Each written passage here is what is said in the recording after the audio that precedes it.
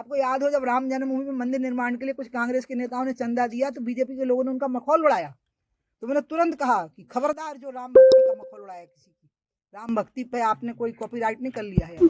अस्सलामुअलैकुम सामीन, 6 जुमादत उखरा है, 30 दिसंबर है। ख़बर का उन्वान है राम भक्ति पर, भगवान पर बीजेपी का ही अधिकार और कॉपीराइट नहीं है। ये बयान किसी और ने नहीं बल्कि बीजेपी की मेंबर पार्लियामेंट उमा भारती ने ही दिया है।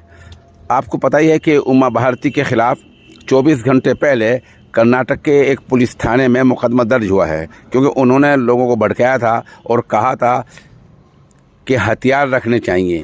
अगर तुम्हारे पास हथियार नहीं है तो छुरी को ही तेज़ रखो, क्या पता कब क्या हालात पैदा हो जाएं। इस बात को लेकर उनके ख़िलाफ़ कर्नाटक में मुकदमा दर्ज हुआ है।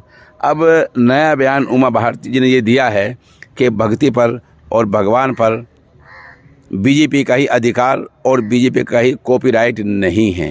जाहिर सी बात है, ये आदमी सियासी लीडर बयान ऐसे उस वक्त दिया करते हैं जब पार्टी से अनबन हुआ करती है। अब देखना ये है कि बीजेपी वाले ख़ुद क्या सबक सिखाते हैं, ये उमा भारती क्या उनको सबक सिखाती है, और कर्नाटक के पुलिस थाने में जो मुकदमा दर्ज हुआ है उसका असर कहाँ तक होता है।